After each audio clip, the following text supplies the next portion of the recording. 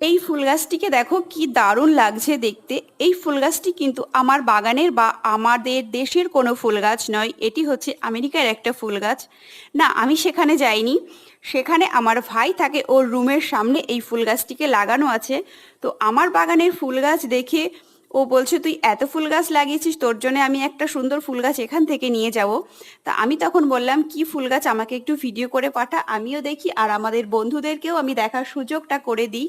তো তার জন্য ও আমাকে ভিডিও করে পাঠিয়েছে যে ফুলগুলো এত সুন্দর দেখতে। আমিও দেখে বলছি যে সত্যি ফুলগুলো এত সুন্দর, তুই আমাকে একটা চারা এনে দিস। বা ও বলছিল যে তোর জন্য আমি একটা গাছ এখান থেকে নিয়ে যাব।